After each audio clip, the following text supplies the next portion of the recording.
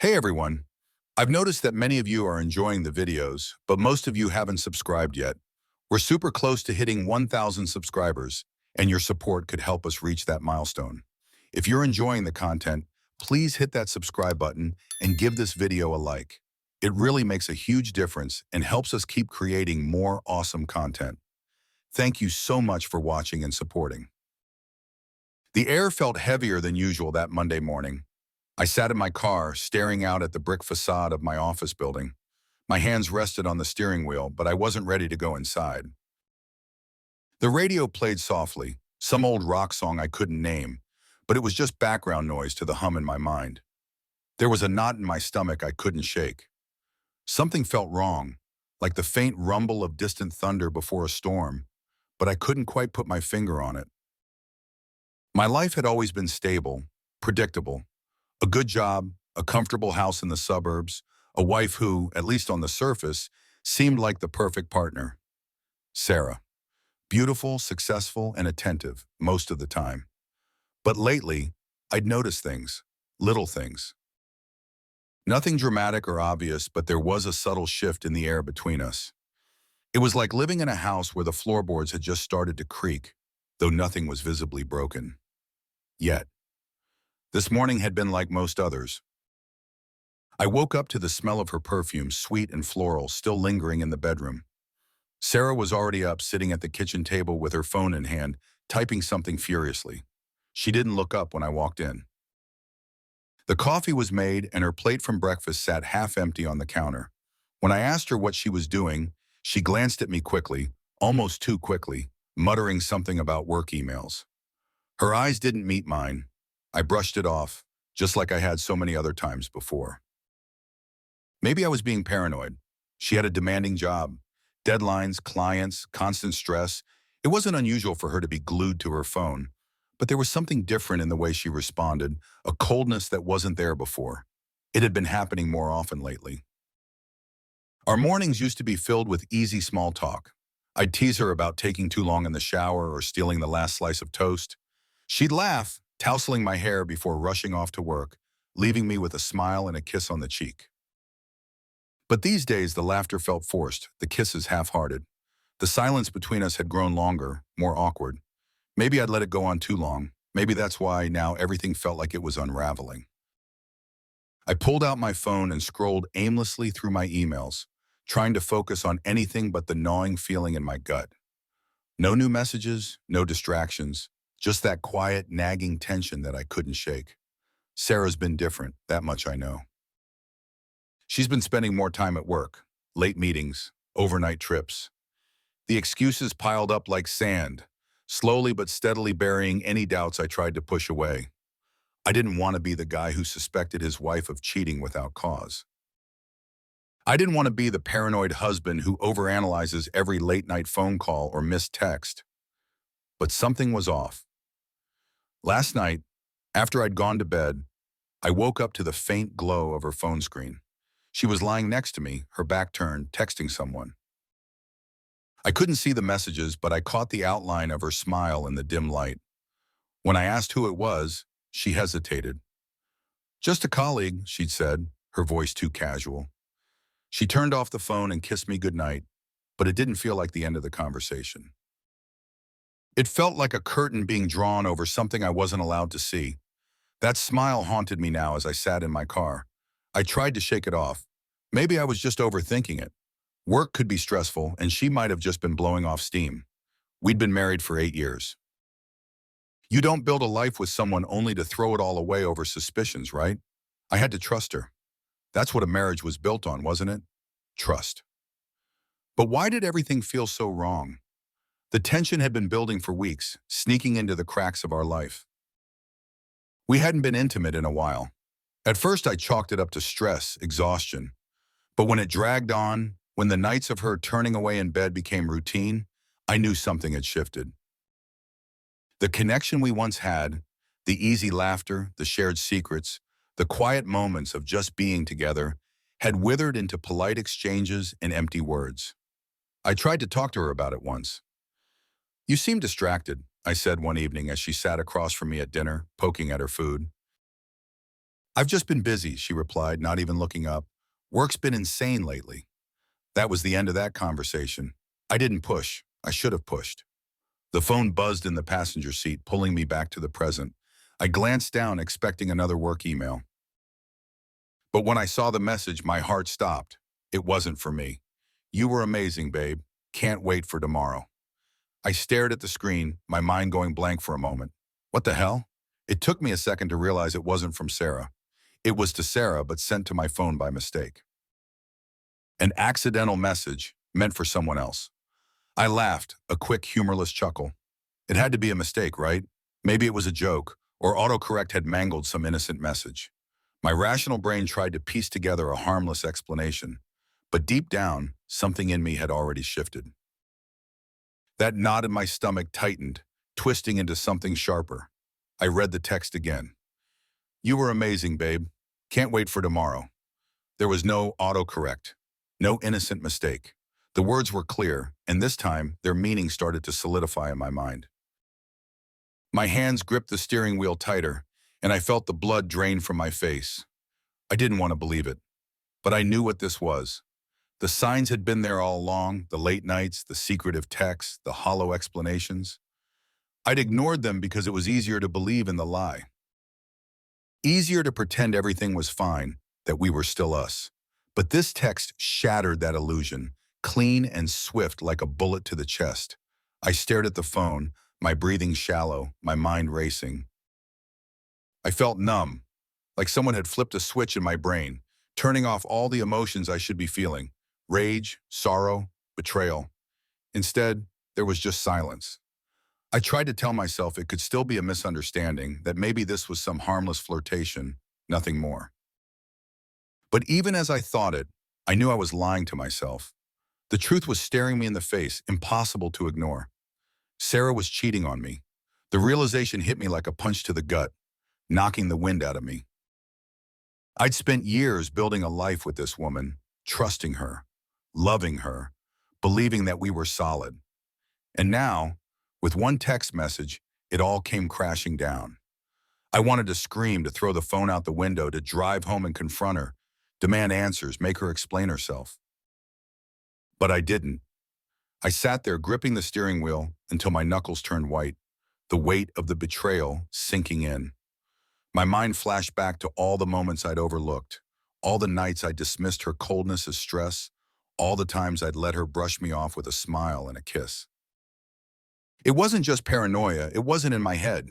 She'd been pulling away for months, maybe longer, and I'd been too blind to see it. Or maybe I hadn't wanted to see it. My phone buzzed again, snapping me out of my thoughts.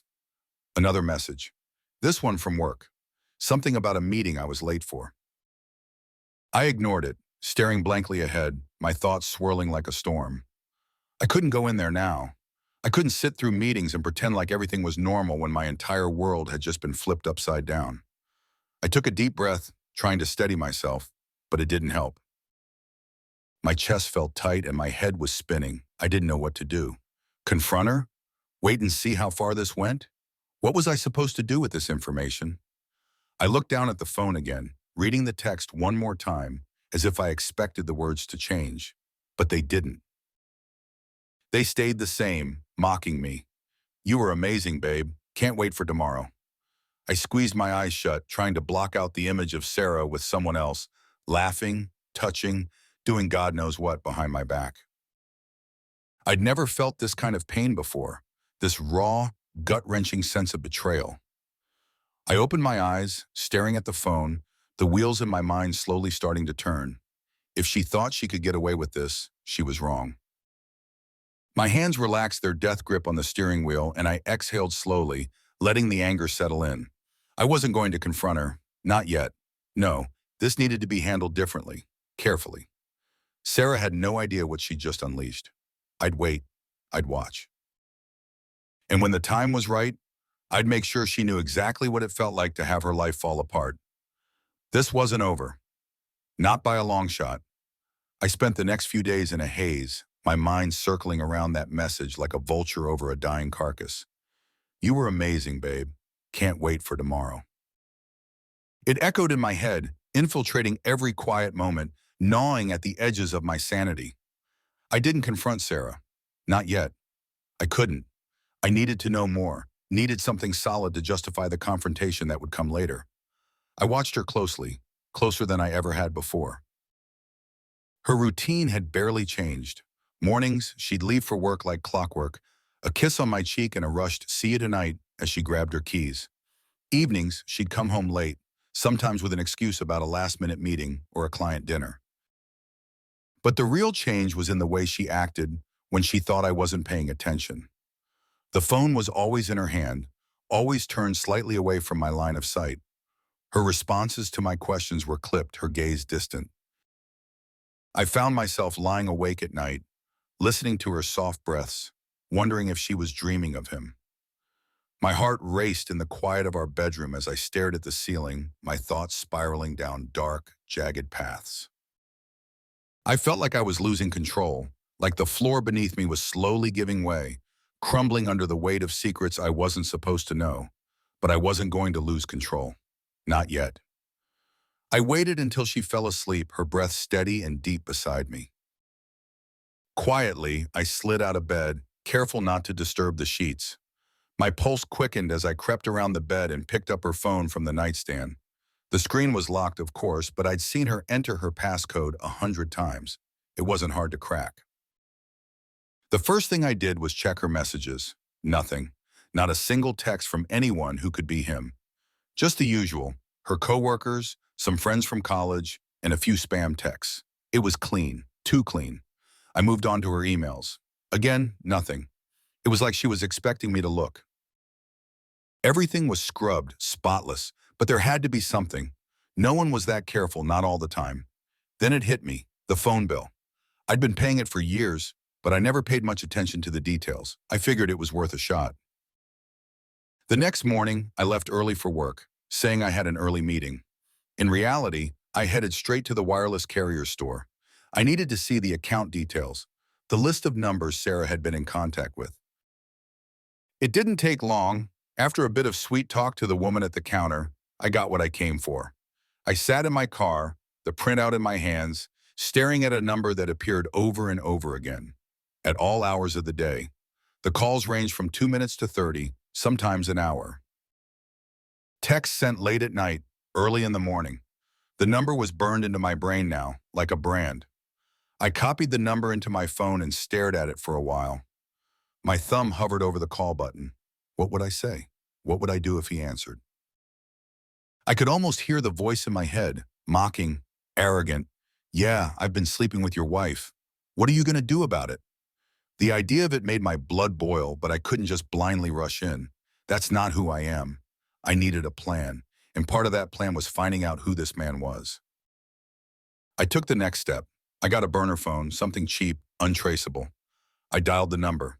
It rang twice before a voice picked up. Hey babe, he said, his voice low and smooth, easy, like he'd done this 1,000 times before. The words were a punch to my gut. I hung up immediately, my heart pounding so hard it felt like my ribs would crack under the pressure. I stared at the burner phone in my hand, feeling a mix of nausea and rage build up in my chest. This was real. This wasn't paranoia. This wasn't me overthinking things. She was cheating on me. And he called her babe. The phone in my hand felt heavy, like it was made of lead. My mouth went dry as I tried to swallow the bitterness that was creeping up my throat. I needed to sit with this, to let the full weight of it sink in. I'd always been methodical, a man who plans before he acts. And this would be no different. I couldn't just walk up to her and throw the phone in her face. I couldn't just scream and demand answers. That would give her control, give her the chance to explain or lie her way out of it. No, I needed to do this right. I needed to destroy her, just like she was destroying me. That night, I barely spoke to her. She didn't seem to notice. She kissed me goodnight and rolled over, her back to me as she drifted off to sleep. I stared at the back of her head for what felt like hours, imagining all the lies she told me, all the nights she'd spent with him while I lay here like a fool. But I couldn't let her see my anger. Not yet. The next day, I set the wheels in motion. I bought another burner phone, this time for something else, tracking software. I'd install it on her phone when she wasn't looking, and then I'd have everything. Every call, every text, every location. She wouldn't be able to hide a damn thing from me. I waited for my opportunity. It came that evening when she was in the shower. I slipped into the bathroom, careful not to make a sound, and quickly connected her phone to the tracking app. It was done in minutes. By the time she stepped out of the shower, towel wrapped around her, I was sitting in the living room, pretending to watch TV. From that point on, I had full access to her world. Her messages were all there, plain as day. I saw it all, the flirting, the promises, the hidden desires. My stomach twisted as I read the words she used to seduce him, words she hadn't used with me in years. My chest burned with fury as I watched the exchanges unfold, as they made plans to meet at some hotel next week. The details all neatly laid out in the text. It wasn't just physical either. There were emotions. She told him things she used to tell me, how she missed him, how she couldn't stop thinking about him. I clenched my jaw so hard I thought my teeth would crack. But instead of confronting her, I kept reading. I needed more. Every new message was a piece of the puzzle, and the clearer the picture became, the more I knew that confronting her wouldn't be enough. No, this had to be done right. I started piecing together her schedule, noting every time she left the house early or came home late. I cross-referenced it with the texts and calls to him. She was meticulous, I'll give her that. She never slipped up around me, always had an airtight excuse. But the data I collected didn't lie. The affair had been going on for months, maybe even a year. They had their routine, their secret rendezvous. And I had all of it at my fingertips now. At night, when she'd fall asleep next to me, I'd scroll through the messages, feeling my rage build with each word. But I had to stay calm. The plan was taking shape. I'd let her dig her own grave, let her think she was getting away with it. The thought of how blindsided she would be when I finally pulled the trigger gave me a twisted sense of satisfaction. I started preparing, making notes, calculating the best way to dismantle her life without her even seeing it coming. It wasn't just about exposing the affair. That would be too easy. No, I wanted her to feel the weight of every lie she'd told, every night she spent with him, every time she smiled at me and kissed me while thinking of another man. This wasn't just about cheating. This was about betrayal. It was about the years I'd spent building a life with someone who could lie so easily, so completely. One night, as she kissed me goodnight, I heard the faint buzz of her phone on the nightstand. She didn't check it, but I did. Another message from him. Can't wait to see you tomorrow. My stomach twisted, but I kept my face neutral. I kissed her back and whispered, I love you. She smiled softly, her eyes closing as she drifted off to sleep. I lay there in the darkness, staring at the ceiling, my mind working overtime. The pieces were falling into place, and soon she'd have no idea what hit her. Revenge was going to taste so much sweeter than confrontation. And this was just the beginning.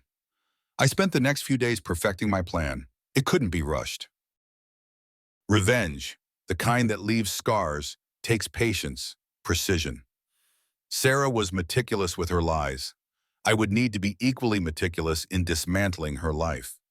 First, I watched her closely, tracking her every move through the software I'd installed. I'd sit in meetings, pretending to listen to a presentation while my phone buzzed quietly with updates on her whereabouts.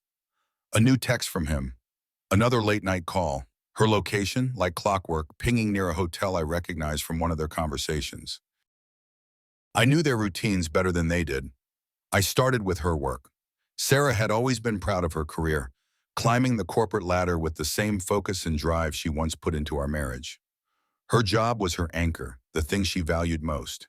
It made sense to hit her there first. One evening, after she fell asleep, I used her phone to send a few anonymous emails to her colleagues. Nothing too inflammatory, just enough to plant doubt. A missed meeting here, a miscommunication there. I canceled one of her client appointments, making it look like she'd dropped the ball. A simple phone call, masked as an automated confirmation. It was easy, too easy. The corporate world runs on whispers, and I knew those whispers would grow into something bigger with just a little push. The next day, she came home frustrated. Work's been insane, she muttered, dropping her bag on the kitchen counter. I swear, someone's sabotaging me. First, my meeting gets canceled without anyone telling me, then half my team isn't even showing up to our calls. She paused, running a hand through her hair. It's like everything's falling apart. I poured her a glass of wine, hiding my smile behind the rim of my own glass. Sounds rough, I said. Maybe it's just a phase. People get busy. She sighed and nodded. Yeah, probably. I just need to stay on top of things. But she couldn't stay on top of everything. Over the next few weeks, the small disruptions I engineered began to spiral out of her control. Her boss started questioning her performance. Her team grew distant, no longer responding to her emails as quickly as they used to. She lost confidence. And I was there every night, watching her unravel bit by bit. Each failure hit her harder than the last. Then came the phone calls. A series of anonymous tips left with her HR department, claiming she was behaving inappropriately with clients. I knew her company had a strict policy on workplace conduct. All it took was a few whispers of impropriety to get her under investigation. I didn't push too hard yet, just enough to make her worry. One night, she came home late, her eyes tired, shoulders slumped. They're looking into me, she said quietly over dinner. HR's been asking questions. I don't understand. I've never done anything wrong. I nodded sympathetically, biting back the satisfaction bubbling up inside me. She had no idea how deep I'd planted the seeds of her downfall. I'm sure it'll blow over, I said, keeping my voice even. Just keep doing your job. But I wasn't finished. I had more steps to take. This wasn't just about her job. I wanted to dismantle everything, her friendships, her reputation. I wanted her to feel as isolated as I had been in our marriage, to watch the life she'd built crumble around her. Her friends were next. It wasn't hard to get into her social media accounts. Once I had access, I started sowing discord among her circle. A few strategically placed comments on posts, messages to friends that seemed to come from her, just enough to make people question her sincerity. I knew how to play on insecurities, how to phrase things just right to create doubt. Friendships are fragile things, held together by trust. And trust, I'd learned, can be shattered with the right nudge. One by one, her friends began to pull away. Small things at first, missed calls, ignored texts. Then the bigger signs, plans canceled last minute, fewer invites to social events. Sarah noticed, of course, she'd mention it in passing. I haven't heard from Lisa in a while, she'd say, or, it's weird, but Jen canceled on me again. I'd shrug, feigning ignorance. People get busy. Inside, though, I was watching it all unfold. I knew exactly why her friends were disappearing. I was orchestrating the whole thing. Just as my plan seemed to be taking shape perfectly, Sarah threw me a curveball. One night, out of the blue, she sat down next to me on the couch, a glass of wine in her hand, and said, "We need to talk." My stomach tightened, but I kept my expression neutral. "What's up?" She stared into her glass for a moment before speaking. "I've been feeling off. I don't know what's going on with me lately. Work's a mess, my friends are distant, and you—" She trailed off, her eyes searching mine. "I feel like we're not as close as we used to be." I didn't flinch. I couldn't show anything. "What do you mean?" She sighed. "I don't know. I've been so stressed and I feel like I've been neglecting us. I miss how we used to be. I miss you." Her words caught me off guard, and for a split second, I felt something stir inside me, something like doubt, maybe even guilt. Had I gone too far? Was there a part of her that still cared about us, about me? But then later that same night, I saw her on the phone again. She thought I was asleep, but I wasn't. I watched her from the doorway as she curled up on the couch, her voice low, sweet, as she spoke to him. "I miss you," she whispered into the phone, her fingers tracing the edge of the blanket she'd wrapped around herself. "I can't wait to see you again." That flicker of doubt vanished, replaced by a cold, hard resolve. She was lying to me, just like she'd always been. Her little confession earlier had been nothing more than a ploy, a way to ease her guilt, to make herself feel better about what she was doing behind my back. I wouldn't let her off that easy. My plan wasn't finished, and I wouldn't let her sidetrack me with half-hearted apologies. The next day, I doubled down. I spent hours combing through her messages with him, piecing together their affair in excruciating detail. I found out everything: where they met, how often, what they talked about. It wasn't just about sex. They shared things, secrets, moments. He wasn't just some fling. He was important to her, and that made everything worse. As I dug deeper, though, I stumbled onto something I hadn't expected. In one of their conversations, I noticed a mention of money. At first, I didn't think much of it. People talk about expenses, bills, vacations, but then it kept coming up. Large amounts, bank transfers, and not just from him to her. There were other names involved, other transactions that didn't make sense. I started digging into him, trying to figure out who this man really was. What I found sent a chill down my spine. He wasn't just some random guy. He was tied up in something bigger, something darker. The money he'd been giving Sarah wasn't for dinners or hotels. It was for something illegal, something that could destroy her in more ways than one. Suddenly, my plan took on a new level of complexity. This wasn't just about infidelity anymore. It was about crime, about deceit on a scale I hadn't even imagined. Sarah was in deep with someone dangerous, and if I wasn't careful, I could get pulled down with her. I had to rethink my strategy. If I exposed the affair now, it could all blow up in ways I hadn't anticipated. Not just for her, but for me, too. If this man was as dangerous as he seemed, he wouldn't just sit back and let me ruin things. He'd come for me, for both of us. But I couldn't back down now. I was too far in. I couldn't let her win, couldn't let her get away with everything she'd done to me. I just had to be smarter, more careful. Over the next few days, I watched everything more closely. Every message, every phone call, every move she made. I started gathering evidence, not just of the affair, but of the illegal dealings. Screenshots of texts, copies of bank transfers, anything that could tie her to him and his business.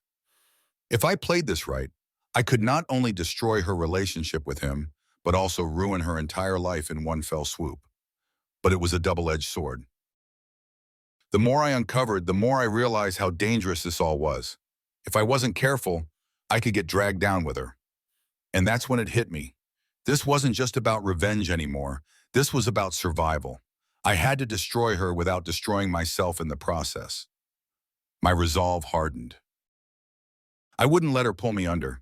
I would finish what I started. But now, I had to be even more precise, more calculated.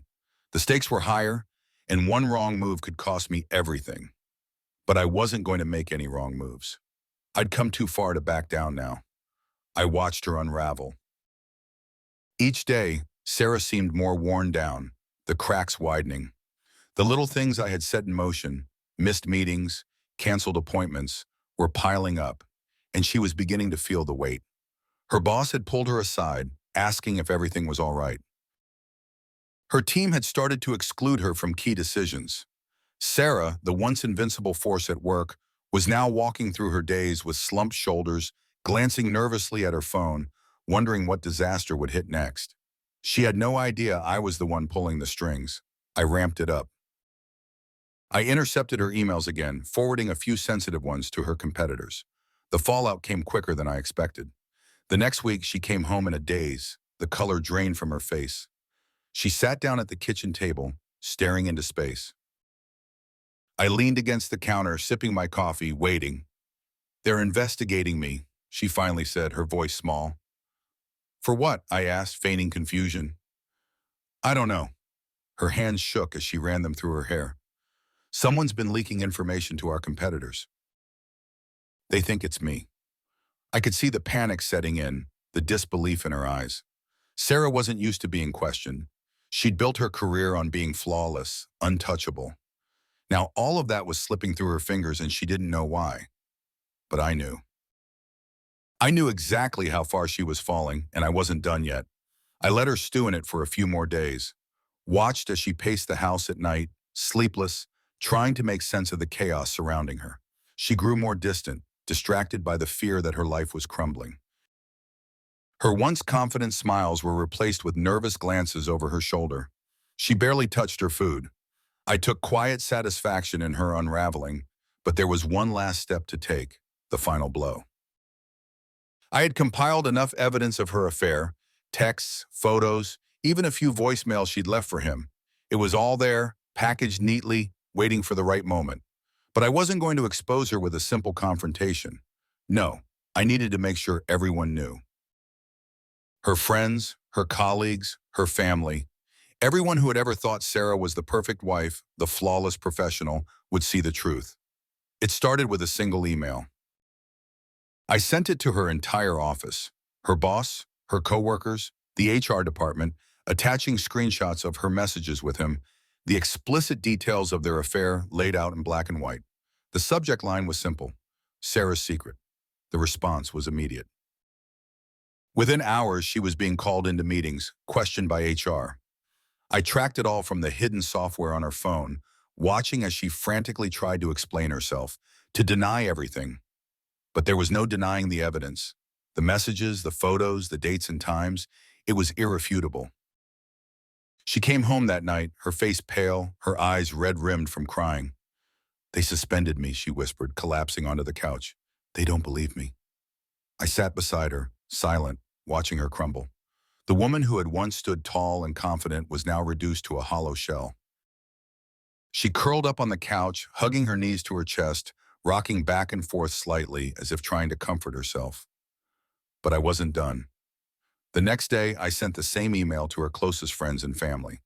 They had to see what she'd been hiding, who she really was. It wasn't enough to destroy her professionally. I needed her personal life to collapse too. Her phone buzzed relentlessly as the messages started pouring in. Confused texts from friends, angry voicemails from family members, asking how she could do this, why she hadn't told them.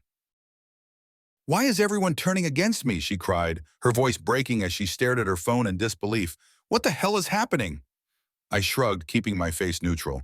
Maybe they're just shocked. Give them time. But she didn't have time. Not anymore. The next morning, I left an envelope on the kitchen table. Inside were printed photos, pictures of her and him, taken from the security camera outside the hotel they had been meeting at. She wouldn't know how I got them, wouldn't be able to explain how I had been watching her this whole time. I wanted her to see that she was never in control, that I had been behind everything. I watched from the doorway as she found the envelope, her face going pale as she flipped through the photos. Her hands trembled, her breath coming in shallow gasps. She looked up at me, her eyes wide with fear, realization dawning. "You knew?" she whispered. I stepped forward slowly, deliberately. "I've known for a long time." She stood frozen, staring at the photos in her hands, her mouth opening and closing as if trying to form words. But there was nothing she could say now. I had the power. I had control. "I've been watching you," I said quietly, my voice steady. "Every text, every call, every lie you told, I've seen all of it." Tears welled up in her eyes, spilling down her cheeks. "Daniel, I'm sorry. I'm so sorry. Please. I didn't mean for this to happen." I didn't flinch, didn't blink. Her apologies meant nothing. Not anymore. "You're not sorry," I said, my voice cold. "You're just sorry you got caught." She took a step toward me, reaching out as if to touch me, but I pulled away. "Please," she begged. "We can fix this. I can fix this. Just tell me what to do." For the first time, I saw her desperation, her complete and utter helplessness. The roles had shifted. She was the one begging now, the one without control. And it felt good. It felt right, but it wasn't enough. I needed her to feel it, the full weight of her betrayal. "I'm not the one you need to worry about," I said, my voice barely a whisper. "They know about him. The authorities. The money you've been moving for him, those business transactions. They're not going to just let this go." Her eyes widened in terror, the realization hitting her like a tidal wave. "No, no, that's not true. They won't." "They will," I interrupted, my voice firm. "It's all out there now, Sarah. Everything you've done." Her body shook with silent sobs as she sank to her knees, clutching the photos to her chest as if they could somehow shield her from the truth. The truth that her life was over, that there was no coming back from this. "I never wanted it to be like this," she whispered through her tears. "I never wanted to hurt you." I knelt beside her, tilting her chin up so she had to look at me. "But you did," I said softly. "You destroyed everything. And now you're going to face the consequences." Her sobs grew louder, her body shaking with grief, guilt, fear, everything she should have felt months ago before all of this. But it was too late for that now. I stood up, leaving her crumpled on the floor as I walked out of the room, my footsteps echoing in the silence. I'd done what I set out to do. I had destroyed her, just like she had destroyed me. But as I walked away, the weight of it all settled in. The satisfaction I had craved, the revenge I had meticulously planned, it felt hollow now. Watching her break had given me no peace, no relief. If anything, I felt heavier, as if the bitterness I had carried for so long had grown into something darker, something I couldn't shake. I had won. I had taken everything from her, but at what cost? I looked back at the house, at the woman I had once loved, now reduced to a broken shell of herself. I had destroyed her, but in doing so, I had destroyed a part of myself as well. The man who had loved her, trusted her, he was gone too, buried under layers of anger, betrayal, and revenge. I walked out the front door, feeling the chill of the evening air against my skin, wondering if I'd ever find that part of myself again. And for the first time since it all began, I wasn't sure if I wanted to. I stood in the quiet of my kitchen, staring at the floor. Sarah's sobs had long faded into the background, replaced by an eerie silence that filled the house like a heavy fog. The satisfaction I thought I would feel had come and gone, leaving nothing but emptiness in its wake. I had gotten what I wanted, her complete destruction, her total humiliation, but it didn't feel like victory. Not anymore. I had become a different man, someone I didn't recognize. I'd spent weeks meticulously plotting her downfall, and for what? All I had now was a hollow shell where my marriage had been, and a gnawing feeling that I had crossed a line I couldn't uncross. I thought back to the day I received that first text, the one that shattered everything. It felt like a lifetime ago. I'd been so angry, so full of rage that I couldn't see straight. Every time I thought about her with him, it consumed me.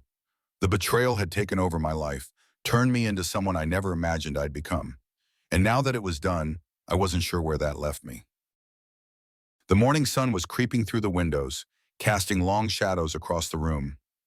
I hadn't slept, couldn't sleep. My mind wouldn't stop racing, replaying everything over and over again.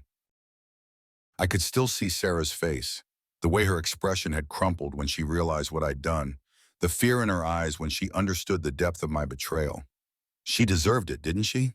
After everything she had put me through, after the lies, the deceit. But the longer I stood there, the more that question gnawed at me. Deserved or not, it didn't matter. What mattered was that I hadn't found the peace I thought I would. Instead, I felt more lost than ever. The phone on the counter buzzed, a single notification blinked on the screen, a message from work. I hadn't been back to the office in days. They'd begun to notice, I was sure. The excuse of personal leave would only last so long. It was strange. I hadn't considered the effect my actions would have on my own life. I had been so focused on Sarah's destruction that I'd let everything else fall apart too. I grabbed my phone and scrolled through the messages, missed calls, emails, deadlines. Each one felt like another weight added to my chest. I couldn't focus on any of it. My world had narrowed to the mess I'd created, and now the consequences were piling up. I sat down at the table, staring at the stream of notifications. How long before they found out about what I'd done? Sarah's involvement with the illegal money transfers had put us both in dangerous territory. I'd uncovered it, used it as leverage against her, but it was a double-edged sword. Exposing her might lead authorities to look at me. Maybe they wouldn't believe I was just a bystander. Maybe I had tied myself too closely to her mess without realizing it. There was a knock at the door. My heart skipped a beat. For a second, I didn't move. My pulse quickened, every muscle in my body tense as I tried to convince myself it was nothing. A neighbor, a package, something innocent. But the feeling in my gut told me otherwise. Slowly, I stood and made my way to the door, peering through the peephole. Two men in suits stood outside. I knew immediately who they were. Police, maybe federal agents. They didn't have to say a word. I could see it in the way they carried themselves, the stern expressions on their faces. The knock came again, harder this time, and I swallowed, trying to figure out my next move. Did I answer? Did I hide? But where would I go? How far could I run? The door shook under the weight of the third knock, and I knew there was no escaping this. I opened the door slowly, bracing myself. Daniel Miller? The taller one spoke, flashing his badge before I even had time to answer. Yeah, I said, my voice hoarse. What's this about? We need to ask you a few questions regarding Sarah Miller, the second man said, stepping forward. It's come to our attention that she's involved in some questionable financial activities. We need you to come with us. I froze. This was it. The fallout I had anticipated but tried to ignore. They were here, and there was no avoiding it now. I had thought destroying Sarah would be enough, that once I brought her down, my part would be over. But I hadn't accounted for how tangled I had become in her web. Her actions, her mistakes, they were mine now too. I nodded, stepping back and letting them in. My hands were shaking as they asked their questions. How long had I known? Had I been involved?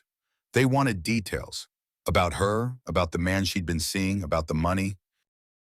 I gave them what I could, pretending to be cooperative, but I knew deep down that the line between guilt and innocence had blurred a long time ago. As the agents left, they handed me a card and told me to expect a follow-up. I closed the door behind them, my chest tight with dread. This wasn't over. Sarah wasn't just going to lose everything. I was too. In trying to destroy her, I had destroyed myself. I stood there for a long time, staring at the card in my hand, wondering what I had really accomplished. Was this revenge? Was this what I wanted? Or had I just spiraled so far down that I didn't know where the end was anymore? I walked back into the living room, Sarah's sobs faintly audible from upstairs. She hadn't come down since our confrontation. She probably wouldn't for a while. She had nothing left. I had taken it all from her. But somehow, that didn't feel like a victory anymore. It felt like a loss. I sat on the couch, burying my face in my hands. The silence of the house pressed in around me, suffocating. My mind kept racing, spinning through all the decisions that had led me here. How had it come to this? How had I become this man? The bitterness, the anger, the need for revenge, it had consumed me. I'd thought it would make me stronger, but all it had done was tear me apart from the inside out. The next day passed in a blur. I didn't bother going into work. The phone kept buzzing with messages, but I ignored them. My world had shrunk to this one house, this one broken marriage. The outside world didn't matter anymore. Sarah still hadn't come downstairs. I wandered into the kitchen, staring out the window. The neighborhood was quiet, still. A couple walked their dog down the street, laughing, enjoying the late afternoon sun. I watched them for a long time, wondering what their life was like, if they had secrets too. If behind those smiles was another betrayal waiting to happen, another husband lying in wait for his moment of vengeance. The thought made me sick. I wasn't that man anymore, was I? I couldn't be. As evening fell, I sat at the table, staring at the envelope of photos I had left for Sarah. They were scattered now, the images of her with him laid bare. I had held on to these for so long, these little pieces of her betrayal, thinking they would give me power. But now, they felt like a burden, a reminder of how far I'd fallen. I grabbed the photos, crumpling them in my hands before tossing them into the trash. It didn't matter anymore. None of it mattered. The next morning, I sat in the same spot, watching the sunrise. The light filtered through the blinds, casting soft shadows across the room. The phone buzzed again, and this time I picked it up. A message from work. We need to talk, Daniel. Another consequence of my choices, another fallout waiting for me to face. I stared at the screen for a long time, then put the phone down. I wasn't ready for that yet. Not today. Instead, I went outside, the morning air crisp against my skin. I walked down the street, my feet carrying me aimlessly, as if I could walk away from everything that had happened, everything I had done. But no matter how far I went, I knew the weight of it would follow me. I had destroyed Sarah, just like I'd planned. But I had destroyed myself too. As I turned the corner and headed back toward the house, I realized something I hadn't before. There was no going back. The man I had been before this, before the betrayal, before the revenge, he was gone. And maybe that was the real cost of all of this. In trying to make her pay, I had lost the only thing that truly mattered, myself. I stood at the edge of the driveway, staring at the house. It looked the same as it always had, but I knew it wasn't. Nothing was the same anymore. I didn't know what came next, but one thing was certain. I couldn't keep going down this path. Revenge had consumed me, but it hadn't healed me. It never would. It was time to figure out who I was without it. It was time to start over. I turned and walked away, leaving the house behind, unsure of where I was going, but certain that I couldn't stay where I was. Not anymore. The early morning air felt crisp as I walked down the empty street. The cool breeze washed over my skin, clearing my head for the first time in days. There was something peaceful about it. The silence, the faint hum of life waking up in the distance.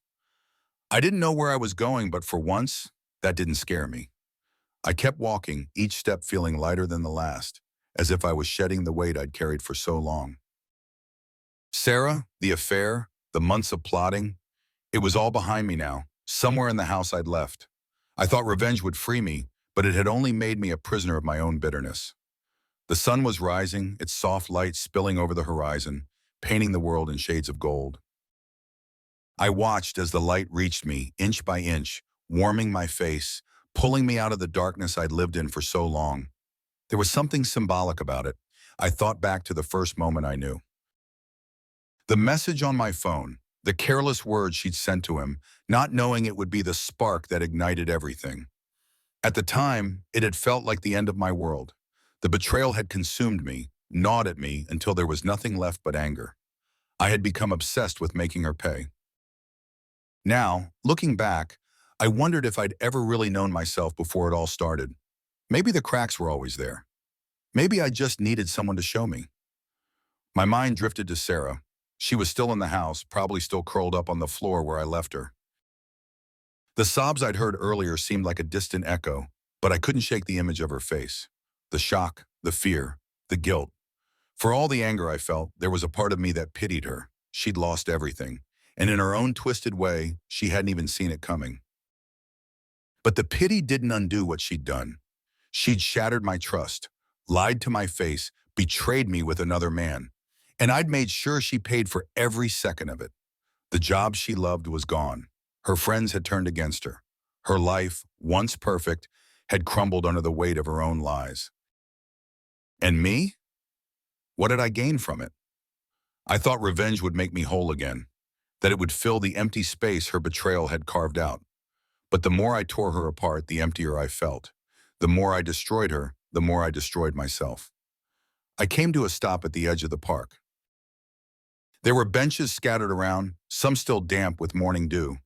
I sat down on one, the cold metal seeping through my clothes, grounding me. I hadn't taken the time to think like this in weeks, maybe longer. Everything had been so chaotic, so driven by that singular need to hurt her as deeply as she'd hurt me. But now, sitting here in the calm morning light, I realized something.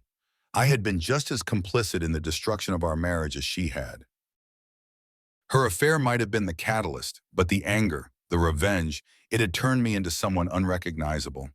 A man who valued control over love, vengeance over peace. I rested my head against the back of the bench, staring up at the sky. The clouds were thin, barely there, stretched across the expanse like strands of cotton. It was hard to reconcile the man I was now with the man I'd been before all this. Before that message, I was the kind of husband who brought home flowers, who spent Saturday mornings making pancakes, who kissed his wife goodnight without a second thought. Now, I didn't know who I was. Maybe that's what scared me the most. I had built my identity around this revenge, this need to control, to punish. Without it, what was left? The thought made my chest tighten. I didn't want to keep being that man, the one consumed by anger, the one who thrived on destruction. But I didn't know how to be anything else anymore. The sound of footsteps pulled me out of my thoughts. I looked up to see a woman walking her dog, her face soft with a smile as she passed by. She didn't know me. She had no idea what kind of man I was, what I'd done. And maybe that was the point. Maybe I could start fresh. Maybe I could be someone new. I sat there for what felt like hours, watching the world move around me, the quiet rhythms of life that I hadn't paid attention to in so long. For the first time in months, I wasn't thinking about Sarah or the affair or the ways I could hurt her more. I wasn't trapped in that endless loop of anger and bitterness. I was just here, breathing, alive. And it wasn't enough to fix everything, but it was a start. I stood up, stretching out the stiffness in my legs, and started walking again, this time with a little more purpose. I knew I couldn't erase what I'd done, and I wasn't naive enough to think I'd ever go back to being the man I was before all this. But I could choose to move forward, to stop letting the past define me. There was a road ahead, long, uncertain, and full of questions I wasn't ready to answer. But I could feel it, this flicker of hope, faint but real. I didn't have to be trapped in the man I'd become. I didn't have to live in the wreckage of what I'd done to Sarah, to myself. I didn't have to be this man anymore. As I walked back toward the house, I felt the weight of the past few months still clinging to me, but it was different now. Lighter. I had no idea what the future held, whether I could rebuild my life, whether I could ever forgive myself for what I'd done. But I knew one thing, I wasn't going to let the bitterness consume me anymore. I reached the driveway, pausing at the foot of it, staring at the house that had once been my home. It felt like a different place now, filled with the ghosts of everything that had happened. I didn't know what would happen with Sarah, whether she'd leave or whether we'd have to face each other again. But that wasn't my concern right now. I walked inside, the air stale and heavy with the memories of the past few days. Sarah was upstairs, still a mess, but I didn't go to her. I wasn't sure if I could face her yet. Maybe I never would. But that was something for tomorrow, for later. Right now, I had to figure out what came next for me. I grabbed my phone off the counter, the screen lighting up with another message from work. I stared at it for a long moment before I deleted it. Tomorrow. I'd deal with all of it tomorrow. I walked back to the window, watching as the sun climbed higher in the sky. I didn't feel like I'd found redemption, and I wasn't sure if I ever would. But for the first time in a long time, I didn't feel lost.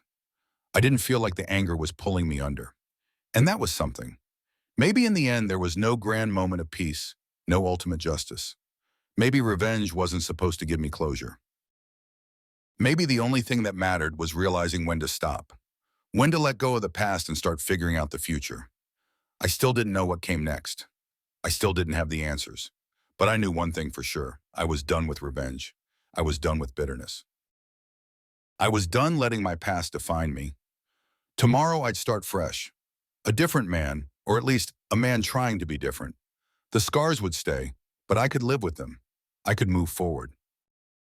I leaned against the window, watching as the last traces of the night faded away, replaced by the bright light of morning. It wasn't a happy ending, but it was something. And for now, that was enough.